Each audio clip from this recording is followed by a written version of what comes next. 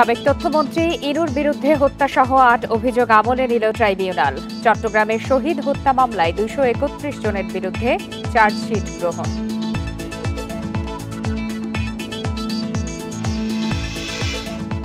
ডাকসু নির্বাচনে আজ থেকে আনুষ্ঠানিক প্রচারণায় প্রার্থীরা। ২৬ পদে প্রতিদ্বন্দ্বী প্রার্থী ৪১৫ জন।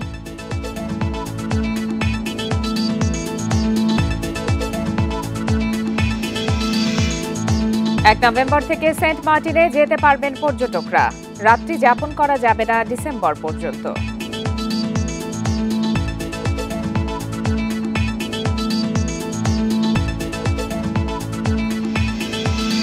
সিরাজগঞ্জে আঞ্চলিক সড়কে ১৩ মাসে ১০০-র বেশি ডাকাতি। বাড়ছে উদ্বেগ, পুলিশের ভূমিকা নিয়ে প্রশ্ন।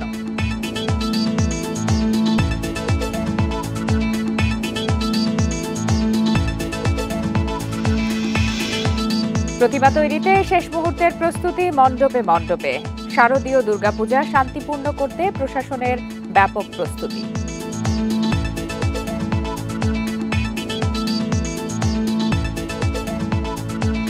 সমগ্র বাংলাদেশে আপনাদের সবাইকে আমন্ত্রণ জানাচ্ছি। আমি ফারহানা লোপা। এতক্ষণ শিরোনাম জানাচ্ছিলাম, এবার বিস্তারিত। গণঅভ্যুত্থানে কুষ্টিয়ায় ৬ জনকে হত্যা, উস্কানি সহ ৮টি সুনির্দিষ্ট অভিযোগে মানবতা বিরোধী অপরাধের মামলায় জাসদ সভাপতি হাসানুল হক ইনুর বিরুদ্ধে আনুষ্ঠানিক অভিযোগ আমলে নিয়েছে ট্রাইব্যুনাল। এর আগে সকালে আন্তর্জাতিক অপরাধ ট্রাইব্যুনালের রেজিস্ট্রার ASM রুহুল ইমরানের কাছে আনুষ্ঠানিক অভিযোগ জমা দেয় প্রসিকিউশন। তারা জানান, মামলাটির শুনানি হবে ট্রাইব্যুনাল ২-এ। এছাড়া জুলাই-আগস্ট আন্দোলনে রাজধানীর চাংখারপুলে ৬ জনকে হত্যার ঘটনায় মানবতা বিরোধী অপরাধের মামলায় ডিএমপির সাবেক কমিশনার হাবিবুর রহমান সহ ৮ জনের বিরুদ্ধে ৮ম দিনের সাক্ষ্য গ্রহণ চলছে। এছাড়া ট্রাইব্যুনাল ২-এ চলছে আশুলিয়ায় ৬ জনের মরদেহ পোড়ানোর মামলায় ৬ষ্ঠ দিনের সাক্ষ্য গ্রহণ।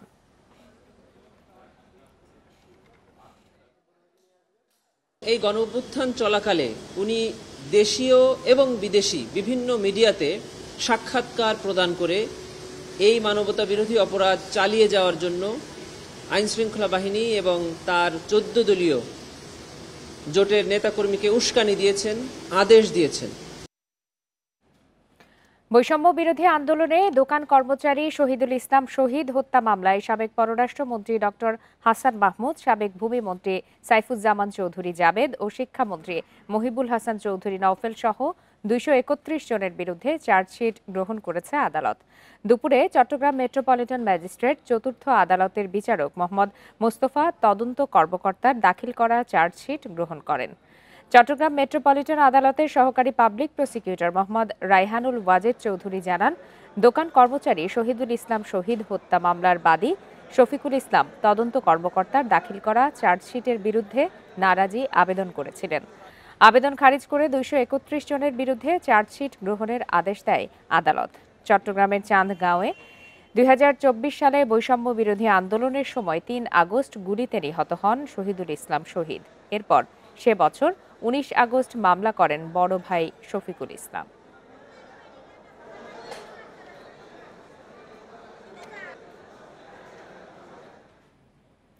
চট্টগ্রাম বিশ্ববিদ্যালয় কেন্দ্রীয় ছাত্র সংসদ চাকসু নির্বাচনে আজ থেকে আনুষ্ঠানিক প্রচারণায় নেমেছেন প্রার্থীরা। এর আগে সকালে ২৬টি পদের বিপরীতে মোট ৪১৫ জন প্রার্থীর চূড়ান্ত তালিকা প্রকাশ করে নির্বাচন কমিশন। এরই মধ্যে খসড়া ব্যালট নম্বরও প্রকাশ করেছে কমিশন। এদিকে সিলেট কক্ষে নির্বাচনের আইনশৃঙ্খলা পরিস্থিতি ও পরিকল্পনা নিয়ে বিভিন্ন বাহিনী ও প্রশাসনের সাথে বৈঠকে বসেছে বিশ্ববিদ্যালয় কর্তৃপক্ষ। এদিকে তালিকা প্রকাশের পর আনুষ্ঠানিক প্রচারণায় নামেন প্রার্থীরা। এ সময় নানা প্রতিশ্রুতি দিয়ে ভোটারদের কাছে ভোট চাওয়ার পাশাপাশি ইশতেহারে কোন কোন বিষয় অন্তর্ভুক্ত করা যায় সে বিষয়েও মতামত নেন প্রার্থীরা। শতভাগ আবাসন নিশ্চিত না হওয়া পর্যন্ত যারা দূর দূরান্ত থেকে আসা বিভিন্ন কটেজ, মেস, ফ্ল্যাটে বসবাস করে তাদের জন্য আবাসন ভাতা প্রদান, এবং আমাদের প্রধান বাহন হচ্ছে শাটল, কিন্তু এটা খুব দুঃখজনকভাবে এক লাইন, তো এটা ডাবল লাইনে উন্নতি করা, তারপর হচ্ছে বগি বৃদ্ধি করা, এবং নারীদের বিভিন্ন সময় এই ক্যাম্পাসে হেনস্থা কটূক্তি করা হয়, তো নারীদের জন্য যেন একটা নিরাপদ ক্যাম্পাস গড়ে ওঠে। মূলত ঝুপড়িগুলোতে, এরপরে আমরা রাস্তায়, আমাদের সাথে অনেক শিক্ষার্থী বন্ধুদের দেখা হয়েছে, সেখানে আমরা কথা বলার চেষ্টা করেছি। আমরা লক্ষ্য করেছি যে নির্বাচনের ব্যাপারে তারা খুবই বেশি আশাবাদী এবং তাদের প্রথম ভোটটা তাদের ক্যাম্পাস প্রতিনিধি তৈরির ক্ষেত্রে অনুষ্ঠিত হবে, তারা ভোট দিতে পারবে। চট্টগ্রাম বিশ্ববিদ্যালয় কেন্দ্রীয় ছাত্র সংসদ চাকসু নির্বাচনে এবার অংশ নিচ্ছেন 4 শতাধিক প্রার্থী। তবে নেতৃত্বের প্রতিযোগিতায় পিছিয়ে রয়েছেন নারীরা, যেখানে মোট ভোটারের 40% নারী হলেও প্রতিদ্বন্দ্বিতা করছেন মাত্র 11%। চাকসু নির্বাচনে 26টি পদের বিপরীতে প্রার্থী 415 জন। ভিপি, জিএস, এজিএস শীর্ষ 3 পদে 69 জনের মধ্যে নারী প্রার্থী আছেন 3 জন। সব মিলে চাকসুতে সম্পাদকীয় সহ 26 পদে নারী প্রার্থী মাত্র 48 জন। সাধারণ শিক্ষার্থী ও প্রার্থীরা জানান, পারিবারিক অসহযোগিতা ও সাইবার বুলিংয়ের শঙ্কায় প্রতিযোগিতা থেকে পিছিয়ে পড়ছেন নারীরা। ফ্যামিলিগত কারণে মেয়েরা নির্বাচনের প্রতি অনীহা প্রকাশ করে, কারণ ফ্যামিলি সাপোর্ট না থাকলে তো আমি আগাতে পারবো না। ভয় পাচ্ছে তারা এই চাকসু নির্বাচন করতে আসলে তারা বিভিন্ন হয়রানির শিকার হবে, কিংবা স্লাট শেমিং বলেন, কিংবা কটূক্তির শিকার হবে। পুরুষ প্রার্থী যেভাবে প্রচারণা চালাতে পারবে, নারীদের ক্ষেত্রে সীমাবদ্ধতা আছে। শহরে গিয়ে প্রচারণা চালাতে হয়, তারপরে মনে করেন বিশ্ববিদ্যালয়ের হলগুলোতে। একাডেমিক ফলাফলে নিয়মিত ভালো করলেও চাকসু নির্বাচনে নারীদের অংশগ্রহণ কমে যাওয়ার জন্য সামাজিক দৃষ্টিভঙ্গিকে দায়ী করছেন নির্বাচন সংশ্লিষ্টরা। সবাই কিন্তু নারীদের বিষয়ে তারা এগিয়ে আসুক এটা চাই, কিন্তু আমরা নিজের বোন, মা, মেয়েকে কিন্তু সেভাবে আমরা সামনে ঠেলে দিতে খুব বেশি চাই না। এটা একটা সামাজিক সীমাবদ্ধতাই বলতে পারি। প্রায় 3.5 দশক পর আগামী 15ই অক্টোবর অনুষ্ঠিত হতে যাচ্ছে চাকসু নির্বাচন, যেখানে মোট ভোটারের 40% রয়েছেন নারী। Abdullah Rakib, independent news, Chattogram. চাকসু নির্বাচনে প্রচারণার খবর জানাতে এই মুহূর্তে আমাদের সাথে যোগ দিয়েছেন সহকর্মী অনুপম শীল। অনুপম, 26টি পদের বিপরীতে 415 জনের চূড়ান্ত তালিকা প্রকাশ করা হয়েছে এবং এই তালিকা প্রকাশের পরপরই বিশ্ববিদ্যালয়ে প্রচারণায় ব্যস্ত রয়েছেন প্রার্থীরা বলে আমরা জানতে পেরেছি। আপনি এই মুহূর্তে চট্টগ্রাম বিশ্ববিদ্যালয়ে অবস্থান করছেন, কি ধরনের পরিবেশ বিরাজ করছে সেখানে? আমি এখন চট্টগ্রাম বিশ্ববিদ্যালয়ের যে 0 পয়েন্ট বা স্টেশন সেখানে আছি এবং এখানে ইতোমধ্যে শিক্ষার্থীদের সাথে বিভিন্ন প্রার্থীরা তারা কথা বলছেন। আজকে সকাল থেকেই মূলত এটি আনুষ্ঠানিকভাবে শুরু হয়েছে এবং চেষ্টা করছেন যাতে প্রার্থীরা তাদের ইচ্ছা অনিচ্ছার কথাবার্তা এই বিষয়গুলো এবং শিক্ষার্থীরা কি চায় সেই বিষয়গুলো শোনার চেষ্টা করছেন।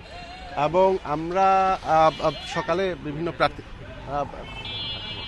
প্রার্থীদের সাথে কথা বলে যেটি জেনেছি, তারা যেহেতু সামনে ইশতেহার তৈরি করবেন, সেই ইশতেহার যাতে শিক্ষার্থীদের ইচ্ছা অনিচ্ছার বিষয়গুলো আনতে পারেন সেই বিষয়টি নিয়ে আসলে আলোচনা হচ্ছে। আজকে চট্টগ্রাম বিশ্ববিদ্যালয়ে কর্তৃপক্ষ, পুলিশ প্রশাসন বা আইনশৃঙ্খলা রক্ষাকারী বাহিনীর বিভিন্ন উইংয়ের সাথে তারা কথা বলেছিলেন। তারা সেখানে একটি অ্যাকশন প্ল্যান তৈরি করেছেন এবং সেই অ্যাকশন প্ল্যান অনুযায়ী আসলে শিক্ষার্থীরা যাতে সুষ্ঠুভাবে ভোট দিতে পারে সেই বিষয়টি তারা নিশ্চিতের চেষ্টা করেছেন এবং সেক্ষেত্রে আইনশৃঙ্খলা রক্ষাকারী বাহিনীর কর্মকাণ্ড কেমন হবে সেই বিষয়গুলো নিয়েও আলোচনা হচ্ছে। যেহেতু আজকে থেকে বন্ধ শুরু হচ্ছে, শিক্ষার্থীদের একটি অংশ তারা কিন্তু বাড়িতে চলে যাচ্ছে এবং আমরা এই মুহূর্তে দেখছি যে প্রার্থীরা বিভিন্ন বাসে উঠে তাদের পক্ষে গণসংযোগ বা ভোটারদের সাথে কথা বলছেন এবং ঠিক সেরকমই আমরা একটু দেখাতে চাই যে এখানে একজন জিএস প্রার্থী আছেন, তিনি তার ভোটারদের সাথে কথা বলার চেষ্টা করছেন এবং তিনি বলছেন যে তাদের ইচ্ছা অনিচ্ছার বিষয়গুলো আমরা সকালেও যেমনটা বলছিলাম যে চেষ্টা করছেন শিক্ষার্থীদের কাছে যাতে পৌঁছানো যায়। যেহেতু একটি লম্বা বন্ধ, সেই বন্ধকে ঘিরে আসলে শিক্ষার্থীদের মধ্যে বাড়িতে চলে যাওয়া আবার ফিরে আসা এই বিষয়টি আছে, সেটি নিয়েও একটি আলোচনা আছে। তো সব কিছু মিলিয়ে একটি উৎসবমুখর পরিবেশ তৈরি হয়েছে। শিক্ষার্থীরাও এই বিষয়টির সাথে বেশ ভালোভাবেই তারা একটি উৎসবে সামিল হওয়ার চেষ্টা করছেন। চট্টগ্রাম বিশ্ববিদ্যালয় থেকে জানাচ্ছিলেন সহকর্মী অনুপম শীল। রাজশাহী বিশ্ববিদ্যালয়ের কর্মকর্তা কর্মচারীরা 7 কর্মদিবস কমপ্লিট শাটডাউন কর্মসূচি স্থগিতের একদিন পর কর্মবিরতি প্রত্যাহার করেছেন জাতীয়তাবাদী শিক্ষক ফোরামও। প্রশাসনের আশ্বাসে এমন সিদ্ধান্ত বলে জানান আন্দোলনকারীরা। এ বিষয়ে আরো বিস্তারিত জানাতে এই মুহূর্তে রাজশাহী থেকে যোগ দিয়েছেন সহকর্মী মুস্তাফিজুর রহমান। মুস্তাফিজ, নানা ইস্যুতেই কিন্তু আমরা দেখেছি গত কয়েকদিনে রাকসু নির্বাচন, সেই সাথে এই যে কমপ্লিট শাটডাউনের মতো কর্মসূচি ছিল শিক্ষকদের, কর্মকর্তা কর্মচারীদের। যাই হোক, কর্মকর্তা কর্মচারী সহ শিক্ষকরাও এই কর্মসূচি থেকে সরে এসেছেন। তাদেরকে কি ধরনের আশ্বাস দেওয়া হয়েছে সে বিষয়টি জানাবেন, এবং এই মুহূর্তে সার্বিক পরিবেশ কেমন রাজশাহী বিশ্ববিদ্যালয়ের?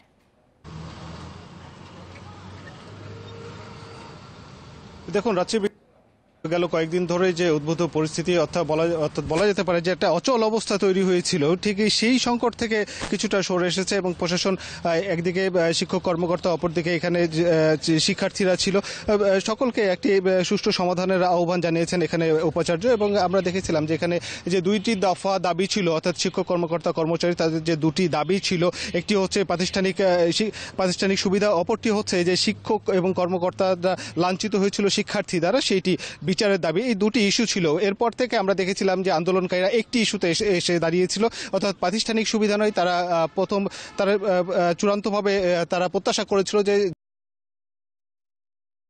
দৃষ্টান্তমূলক শাস্তি, এই দাবিটিতে তারা অনড় ছিলেন। এবং এটি নিয়ে গতকালকে আমরা দেখেছিলাম প্রশাসনের সঙ্গে কর্মকর্তা কর্মচারী যে পরিষদ রয়েছে তারা বসেছিলেন এবং তারা 7 কর্মদিবস পর্যন্ত প্রশাসনকে আলটিমেটাম দিয়েছেন এবং তারা বলেছিলেন যে 7 কর্মদিবসের মধ্যে এই দাবিটির সমাধান না হলে তারা আবার আন্দোলনে যাবেন। ঠিক একদিন পরে, অর্থাৎ আজকে প্রশাসনের আহ্বানে রাজশাহী বিশ্ববিদ্যালয়ের জাতীয়তাবাদী যে শিক্ষক ফোরাম রয়েছে তারা বসেছিলেন এবং এরপরে 4টার দিকে জাতীয়তাবাদী শিক্ষক ফোরাম তারা সিদ্ধান্ত জানান যে তারাও কিন্তু প্রশাসনের আশ্বাসে যে সুষ্ঠু এবং ন্যায় বিচার পাবেন এমনটি আশ্বাসের ভিত্তিতে তারা তাদের কর্মসূচি স্থগিত করেছেন। প্রশাসনকে তারা একটু নির্দিষ্ট কোনো সময় বেঁধে দেয়নি। এর কারণ, অন্যতম কারণ হিসেবে উল্লেখ করা হচ্ছে সামনে যেহেতু রাকসু নির্বাচন রয়েছে এবং তারা বলছিলেন যে তারাও চান যে সুষ্ঠুভাবে রাকসু নির্বাচনটি সম্পন্ন হোক, এর স্বার্থেই তাদের যে কর্মসূচি সেটি স্থগিত করা হয়েছে। সেই সাথে প্রশাসনকে সময় দেওয়া হয়েছে যেন তাদের যে কমিটি গঠন করা হয়েছে সেই কমিটি যেন সুষ্ঠুভাবে তদন্ত করে এই ঘটনার সাথে যারা তাদেরকে দৃষ্টান্তমূলক শাস্তি দেয়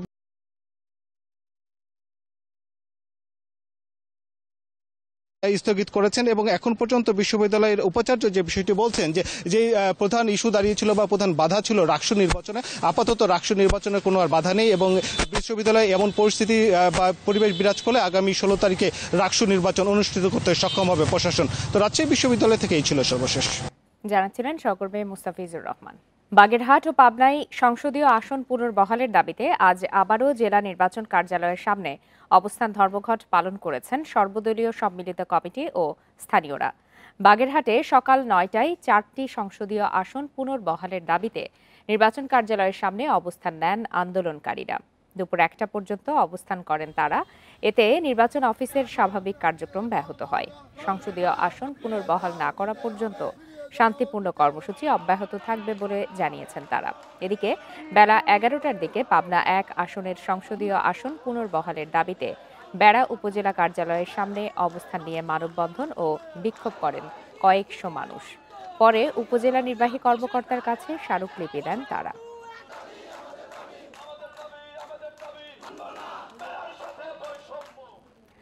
1 নভেম্বর থেকে সেন্ট মার্টিন যেতে পারবেন পর্যটকরা, তবে ডিসেম্বর পর্যন্ত রাত্রি যাপন করা যাবে না। জানুয়ারি ও ফেব্রুয়ারিতে রাতে থাকার অনুমতি দেয়া হবে। দুপুরে সচিবালয়ে এ কথা জানান পর্যটন উপদেষ্টা শেখ বশির উদ্দিন। জানান প্রতিদিন 2000 পর্যটক যেতে পারবেন। ফেব্রুয়ারির পর আবার বন্ধ করে দেয়া হবে পর্যটন দ্বীপটি। পরে সেন্ট মার্টিনের অবস্থা বিবেচনা করে ধাপে ধাপে সময় বাড়ানো হতে পারে বলেও জানান উপদেষ্টা। এছাড়া পর্যটন শিল্পের জন্য নীতিমালা প্রণয়নের কাজ চলছে। সামগ্রিক উন্নতি হলে পর্যটন শিল্পের উন্নতি হবে। এদিকে শাহজালাল আন্তর্জাতিক বিমানবন্দরে 3rd টার্মিনাল কবে চালু হবে তা এখনো ঠিক হয়নি বলে জানান উপদেষ্টা। 21,000 কোটি টাকা এখানে সরকার বিনিয়োগ করেছে জানিয়ে যত দ্রুত সম্ভব চালু করতে কাজ চলছে বলে জানান বিমান ও পর্যটন উপদেষ্টা। আগে স্থানীয় পর্যটকদেরকে নিয়ে চিন্তা করতে হবে যে আমরা নিজেরা যারা আমাদের পারিবারিক উদ্দেশ্যে যে ভ্রমণগুলো করি সেগুলো নিরাপদ, সাশ্রয়ী এবং আনন্দময় করার প্রচেষ্টায় আমার ব্যক্তিগতভাবে সেটা আমার লক্ষ্য যে আমাদের নিজস্ব পর্যটকদের জন্য আমরা আরো কি ভালো ব্যবস্থা নিতে পারি। ইউএনডিপির প্রতিনিধি দল নিয়ে বরিশাল আদালত পরিদর্শন করেছেন প্রধান বিচারপতি ডক্টর সৈয়দ রেফাত আহমেদ। সকাল 9টায় বরিশাল জেলা ও দায়রা জজ আদালত পরিদর্শন করেন তারা। আদালতের ন্যায়কুঞ্জ, লিগ্যাল এইড সহ অন্যান্য কার্যক্রম ঘুরে দেখেন। বরিশাল আদালতের কার্যক্রম পরিদর্শন করে সন্তোষ প্রকাশ করেন প্রধান বিচারপতি। একই সাথে এই দেশের গরিব দুস্থদের বিচার প্রক্রিয়া যেন সহজে হয় সেই আশা প্রকাশ করেন ইউএনডিপির প্রতিনিধি দল।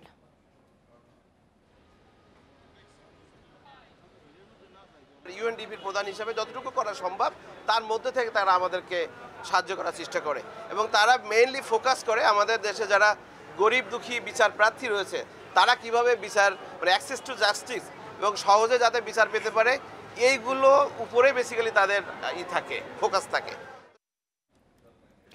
সিরাজগঞ্জের তাড়াশ উপজেলার রানীহাট বেড়খালী আঞ্চলিক সড়ক 14 কিলোমিটার এই রাস্তায় গত 13 মাসে ডাকাতি হয়েছে 100-র বেশি।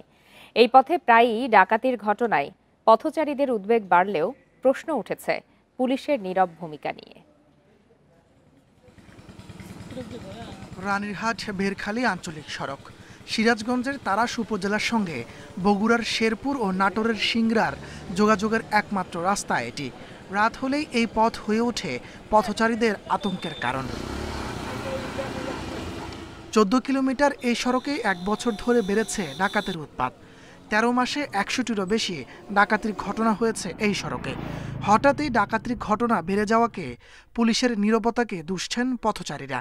সন্ধ্যার পরে এই রাস্তা তার যাওয়া যায় না, ধরে আপনার গাড়ির টাকা পয়সা মোবাইল টোবাইল গাড়ি টাড়ি সব কেড়ে নেওয়া যায়। এই রাস্তাতে যাতে পুলিশ প্রশাসনের জোরদার একটু বাড়ায় দেয়, আলো টালো দিলে পরে যাতে ওইরকম কোনো সিচুয়েশনে না পড়তে হয়, এটাই আমরা চাই। এই রাস্তার এই সামনে বা এই সাইডে কোনো জায়গায় বাস বা কোনো গাছ কাটে দুর্বৃত্তরা দুর্ঘটনা ঘটায়।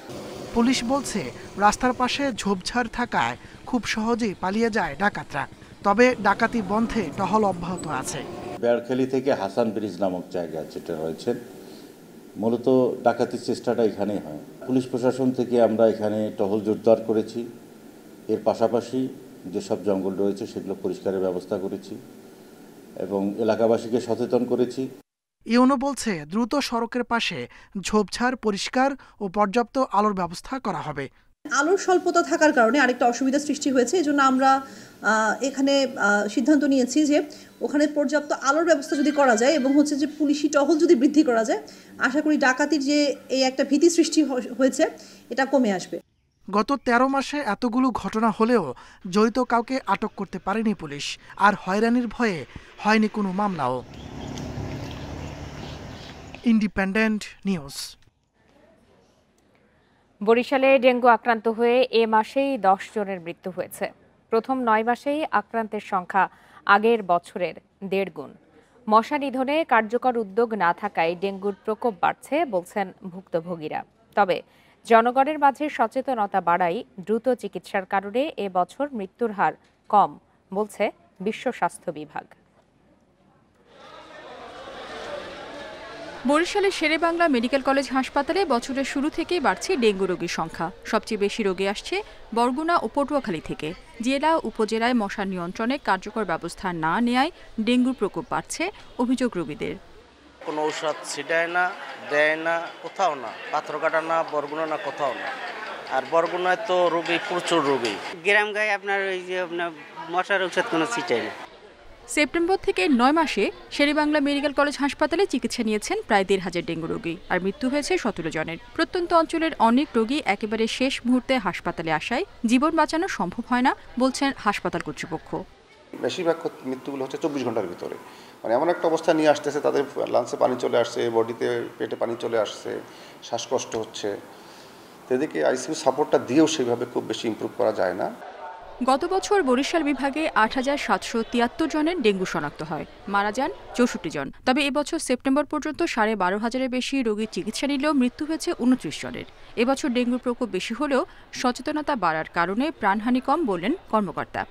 মানুষের মধ্যে সচেতনতা বাড়ছে, যেমন জ্বর হইলেই যদি ডাক্তারদের কাছে চলে আসে, সেক্ষেত্রে ডাক্তাররা যদি যথাসময়ে ব্যবস্থা নেয় সেক্ষেত্রে মৃত্যুর হার কমবে, এটাই স্বাভাবিক। জনসচেতনতা বাড়ানোর পাশাপাশি মশা নিধনে বিভিন্ন উদ্যোগ নেওয়ার কথা জানিয়েছে স্বাস্থ্য অধিদপ্তর। Independent news. ডেঙ্গু বিষয়ে আরো বিস্তারিত জানাতে এই মুহূর্তে বরগুনা থেকে যোগ দিয়েছেন সহকর্মী আরিফ হোসেন। আরিফ হোসেন, ডেঙ্গুর প্রকোপ গত বছরের তুলনায় এই 9 মাসেই 1.5 গুণ বেশি বলা হচ্ছে। এর কারণ আসলে কি? মানুষের মধ্যে তো সচেতনতা বেড়েছে, তারপরেও ডেঙ্গু রোগের প্রকোপ বাড়ার কারণ কি?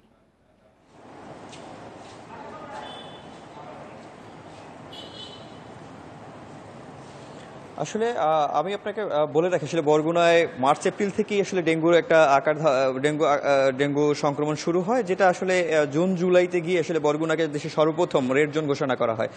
তখন থেকে আসলে ডেঙ্গুর এডিস মশার নিধনে আসলে কিছুটা কার্যক্রম চোখে পড়লেও এরপরে আসলে কার্যক্রম নেই, এবং এরপরে কোনো কার্যক্রম নেই। আসলে এবছর যে ডেঙ্গুর যে বৃদ্ধি হওয়ার মূল কারণটা মূলত এবছর থেমে থেমে বৃষ্টি হচ্ছে এবং তাপমাত্রা যে বৃদ্ধি, এই তাপমাত্রা এবং থেমে থেমে বৃষ্টি হওয়ার কারণে মূলত ডেঙ্গু এডিস মশা বিস্তারে আসলে সহজ হচ্ছে, যে কারণে এডিস মশার কারণে আসলে ডেঙ্গু সংক্রমিত বেশি হচ্ছে। আসলে বরগুনায় এখন পর্যন্ত 7,200 ডেঙ্গু রোগী শনাক্ত হয়েছে। এগুলো যারা মূলত চিকিৎসা নিয়েছে তারাই শনাক্ত হয়েছে, এর বাইরেও কিন্তু অনেক ডেঙ্গু রোগী রয়েছে। আপনি জানেন যে আসলে বরগুনায় ইতিমধ্যে মৃত্যু হয়েছে প্রায় 50-এর অধিক। তবে স্বাস্থ্য অধিদপ্তর বলছে এখন যে ডেঙ্গুগুলো সংক্রমণ হচ্ছে আবারও বাড়ছে, কিন্তু এই রোগীরা মূলত পূর্বের যে ভ্যারিয়েন্ট ছিল তার থেকে খুব ভয়ানক রূপ ধারণ করছে এবং রোগীরা খুব ক্রিটিক্যাল মুহূর্তে হাসপাতালে আসছে। সেক্ষেত্রে চিকিৎসকরা বলছে যদি জ্বর হয় দ্রুত যাতে তারা হাসপাতালে চিকিৎসা নিতে আসে, এবং সেই ক্ষেত্রে এই ডেঙ্গুর যে মহামারী মৃত্যুর হারটা কমানো যাবে। এখন যে ভ্যারিয়েন্ট চলছে যে কারণে যে মৃত্যুর ঝুঁকিটা কিন্তু বেশি, যেটা আসলে চিকিৎসকরা বলছে, তো এর মধ্যেও আসলে চিকিৎসক সংকট রয়েছে। আপনি জানেন যে বরগুনা জেনারেল হাসপাতাল 250 শয্যা হাসপাতাল, চিকিৎসক রয়েছে আসলে 1/3। তার মধ্য থেকে প্রতিনিয়ত আসলে চিকিৎসকরা এখান থেকে ট্রান্সফার হয়ে অন্যত্র যাচ্ছে। কারণ এখন সামনের যে ডেঙ্গু রোগীদের যে ডেঙ্গুর চিকিৎসা নিয়ে হিমশিমের মধ্যে আছে আসলে বরগুনা জেনারেল হাসপাতাল।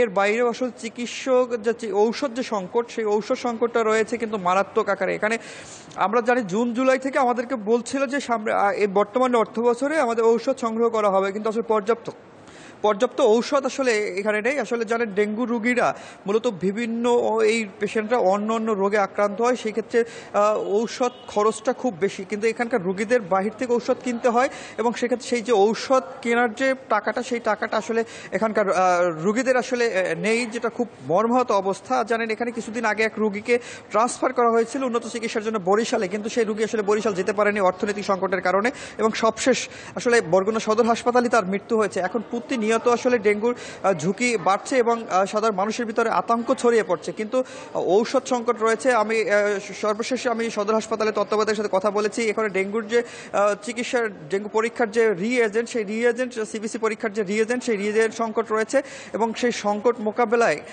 বিত্তশালী যারা রয়েছে সমাজে তাদের সহযোগিতা কামনা করছে সদর হাসপাতাল থেকে।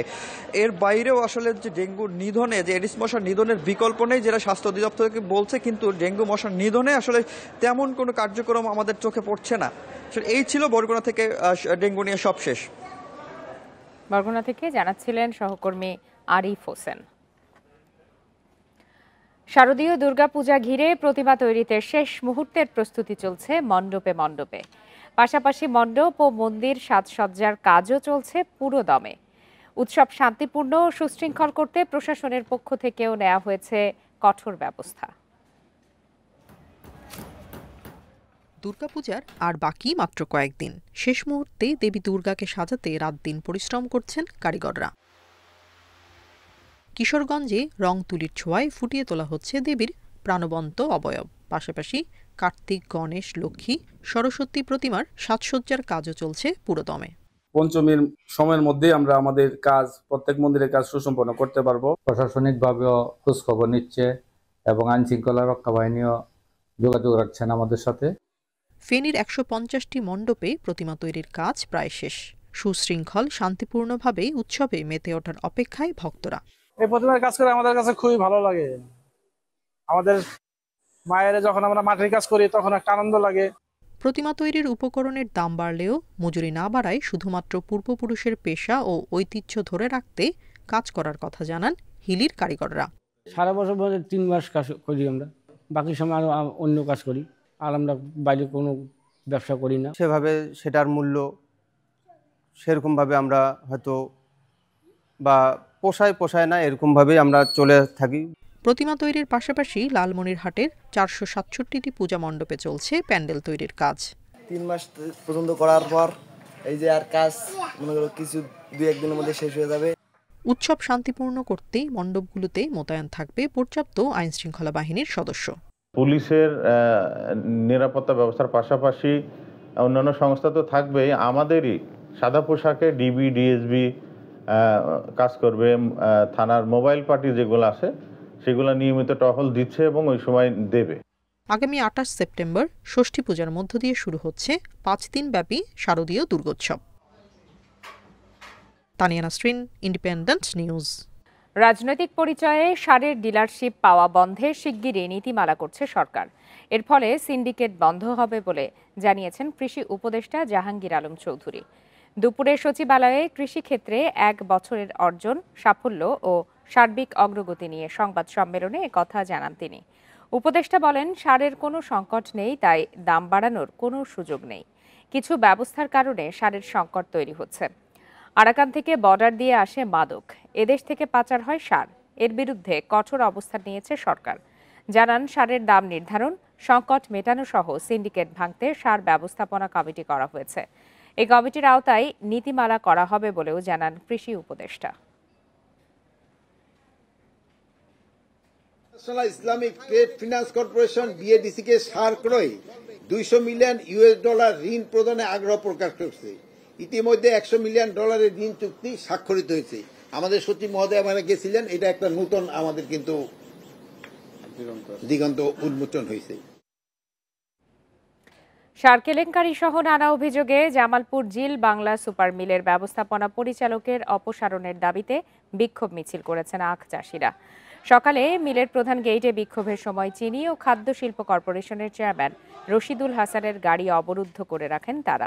এ সময় আলোচনার আশ্বাসে তাকে ছেড়ে দিয়ে অতিথি ভবনের সামনে গিয়ে অবস্থান নেয় সবাই। পরে চাষিদের সাথে ঘণ্টাব্যাপী আলোচনা শেষে ব্যবস্থাপনা পরিচালক আমিনুল ইসলামের বিরুদ্ধে সব অভিযোগ 2 সপ্তাহের মধ্যে তদন্ত করে ব্যবস্থা নেয়ার আশ্বাস দেন চেয়ারম্যান।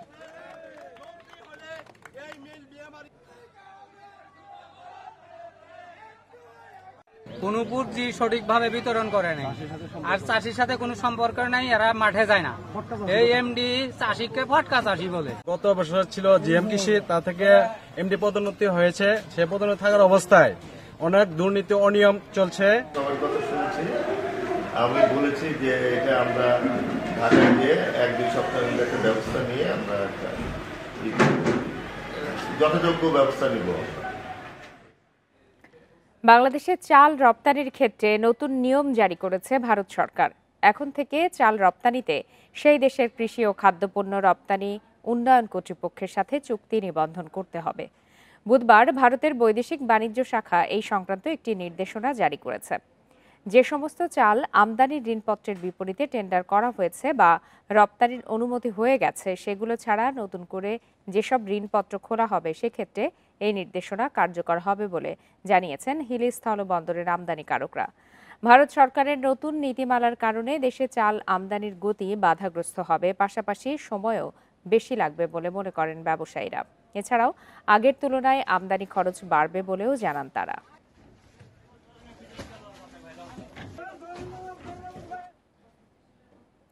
এ বিষয়ে আরো বিস্তারিত তথ্য জানাতে এই মুহূর্তে হিলি থেকে যোগ দিয়েছেন সহকর্মী সাজ্জাদ হোসেন। সাজ্জাদ, ভারত থেকে চাল আমদানির ক্ষেত্রে যে নতুন নিয়মের কথা বলা হচ্ছে, সেই প্রক্রিয়া তো একটু জটিল এবং সময় সাপেক্ষ, সেই সাথে ব্যয়ও বেশি হবে। বাংলাদেশের ব্যবসায়ীরা কি বলছেন এক্ষেত্রে?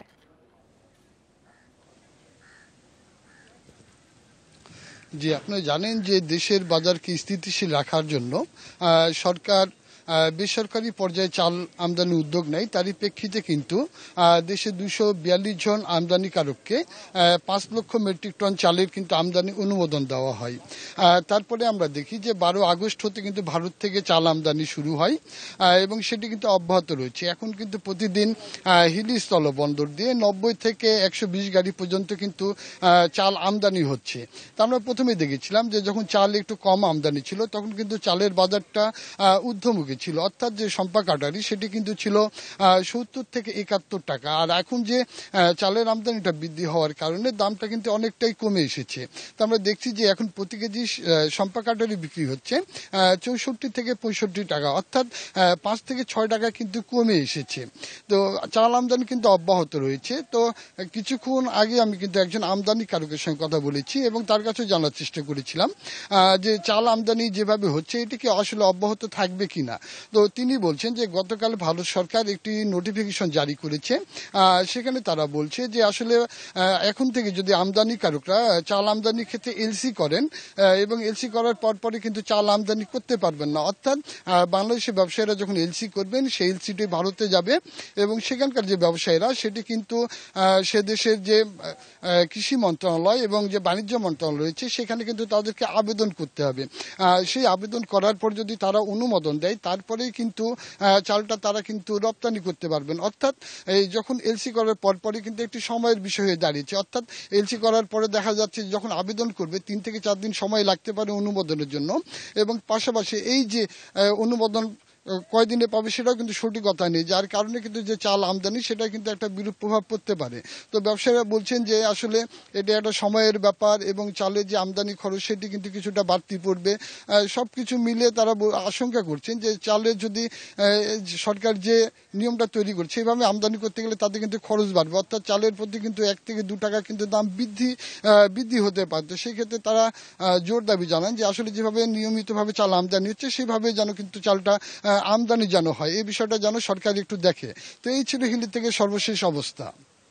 সহকর্মী সাজ্জাদ হোসেন জানাচ্ছিলেন হিলি থেকে। নরসিংদীর ঘোড়াশাল তাপবিদ্যুৎ কেন্দ্রে অগ্নিকাণ্ডের ঘটনা ঘটেছে। ভোর 4:30টার দিকে এই ঘটনা ঘটে। এর জেরে সকাল 9:30 পর্যন্ত পলাশ উপজেলা ও কালীগঞ্জ বিদ্যুৎ বিচ্ছিন্ন থাকে। ফায়ার সার্ভিস জানায় তাপবিদ্যুৎ কেন্দ্রের একটি 132/33 কেভির ট্রান্সফরমারে আগুন লাগে। পরে ফায়ার সার্ভিসের 2টি ইউনিট 1 ঘন্টার চেষ্টায় আগুন নিয়ন্ত্রণে আনে। আগুনে ট্রান্সফরমারটি পুড়ে যায়। এতে প্রায় 5 ঘন্টা পলাশ ও কালীগঞ্জে বিদ্যুৎ বিচ্ছিন্ন হয়ে যায়। পরে ধীরে ধীরে বিদ্যুৎ সরবরাহ স্বাভাবিক হয়। প্রাথমিকভাবে শর্ট সার্কিট থেকে আগুনের সূত্রপাত বলে ধারণা ফায়ার সার্ভিসের। তদন্ত শেষে ক্ষয়ক্ষতির পরিমাণ জানা যাবে বলে জানান তারা। সাতক্ষীরার তলুইগাছার সীমান্ত দিয়ে 10 বাংলাদেশিকে হস্তান্তর করেছে বিএসএফ। বুধবার সন্ধ্যার দিকে বিএসএফের আমুদিয়া কোম্পানি কমান্ডার ইন্সপেক্টর বিকাশ কুমারের নেতৃত্বে তলুইগাছা সীমান্ত বিজিবি ক্যাম্পের কমান্ডারের নিকট হস্তান্তর করা হয়। বিজিবি জানায় গত 23 সেপ্টেম্বর হাকিমপুর এলাকা থেকে তাদের আটক করে বিএসএফ। 24 সেপ্টেম্বর আটককৃতদের বিজিবির কাছে হস্তান্তর করে। তাদের বেশিরভাগই সাতক্ষীরার বাসিন্দা বলে জানায় বিজিবি। এ ঘটনায় থানায় সাধারণ ডায়েরি করেন বিজিবি ক্যাম্পের নায়েব সুবেদার মোহাম্মদ আবুল কাশেম। আটককৃতদের আইনি প্রক্রিয়া শেষে পরিবারের কাছে হস্তান্তর করা হয়। নেত্রকোনায় 1 বছরে 86 গ্রাম আদালতে 1823টি মামলা নিষ্পত্তি হয়। নিষ্পত্তি হওয়া মামলার মধ্যে পারিবারিক, দেওয়ানি ও ফৌজদারি অপরাধের মামলা রয়েছে। সকালে জেলা প্রশাসক কার্যালয়ের সম্মেলন কক্ষে এই তথ্য জানানো হয়। সভায় জানানো হয় 2024 সালের জুন থেকে 2025 সালের মধ্যে গ্রাম আদালতে 1976টি আবেদন করেন গ্রামের সুবিধাবঞ্চিত বিচারপ্রার্থী মানুষ। এর মধ্যে 92% মামলা নিষ্পত্তি হয়েছে। আবেদনকারীদের মধ্যে 25% নারীর 444টি ও 75% পুরুষের 1332টি মামলা ছিল।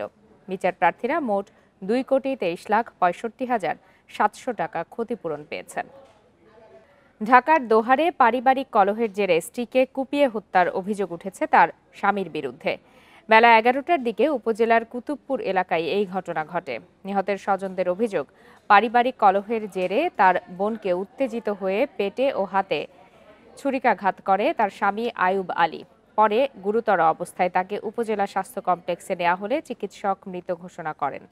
এদিকে ঘটনার পরে নিজেই ছুরিকাঘাত ও বিষপানে আত্মহত্যার চেষ্টা করেন আয়ুব আলী। ঢাকায় পাঠানোর পথে তারও মৃত্যু হয়।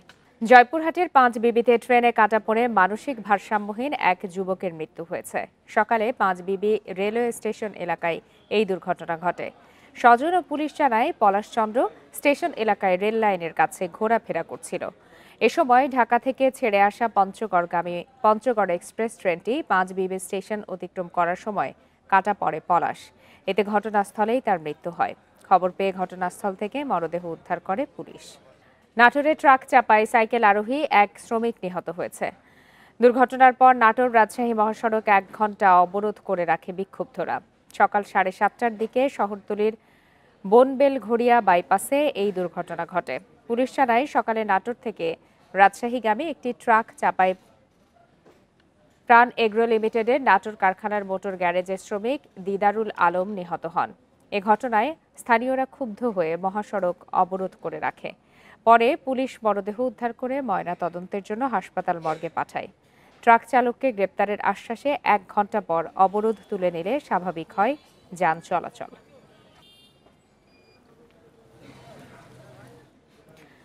খাগড়াছড়িতে কিশোরী ধর্ষণের ঘটনায় অভিযুক্তদের দ্রুত গ্রেপ্তারের দাবিতে যুগ্ম ছাত্র জনতার ডাকা আধা বেলার সড়ক অবরোধ পালিত হয়েছে। এর জেরে দুপুর পর্যন্ত 3 জেলার সঙ্গে দূরপাল্লার যান চলাচল বন্ধ থাকে। অবরোধের সমর্থনে সকালে জেলার বিভিন্ন সড়কে টায়ার জ্বালিয়ে ও গাছের গুঁড়ি ফেলে বিক্ষোভ করেন অবরোধকারীরা। অটোরিকশা সহ কিছু ছোট যানবাহন চলাচল করতে দেখা গেলেও তা খুবই কম। বৃহস্পতিবার খাগড়াছড়ির সাপ্তাহিক বাজার হলেও দূর দূরান্ত থেকে আসা কোনো পাহাড়ি ক্রেতা বা বিক্রেতাকে তেমন দেখা যায়নি। অপ্রীতিকর ঘটনা এড়াতে মাঠে ছিল আইনশৃঙ্খলা বাহিনী। নারায়ণগঞ্জের 2500 উপজেলার 20 নন্দী এলাকায় 23.5 একর জমিতে নির্মাণ হচ্ছে ইকো পার্ক। সকালে এই প্রকল্পের ভিত্তিপ্রস্তর স্থাপন করেন জেলা প্রশাসক মোহাম্মদ জাহিদুল ইসলাম মিয়া।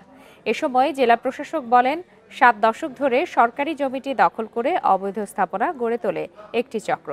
দখলকৃত জমি উদ্ধার করে সেখানে পর্যটন কেন্দ্র ও বিনোদনের লক্ষ্যে ইকো পার্ক নির্মাণের উদ্যোগ নেওয়া হচ্ছে। পার্কটি নির্মাণ শেষ হলে পর্যটন ছাড়াও জেলাবাসীর জন্য স্থানটি আকর্ষণীয় হয়ে উঠবে। পরে 2500 পৌরসভার বিভিন্ন পূজা মণ্ডপ পরিদর্শন ও পূজা পরিচালনা কমিটির কাছে প্রশাসনের পক্ষ থেকে উপহার ও সহযোগিতার চেক বিতরণ করেন তিনি। এসব অনুষ্ঠানে উপজেলা নির্বাহী কর্মকর্তা, সরকারি কমিশনার, উপজেলা প্রকৌশলী সহ বিভিন্ন কর্মকর্তারা উপস্থিত ছিলেন। এর সাথে শেষ করছে আজকের সমগ্র বাংলাদেশ। ইন্ডিপেন্ডেন্ট টেলিভিশনের সবশেষ খবর জানতে চোখ রাখুন ইউটিউব, ফেসবুক আর এক্সে। আমন্ত্রণ আমাদের পরের আয়োজনে।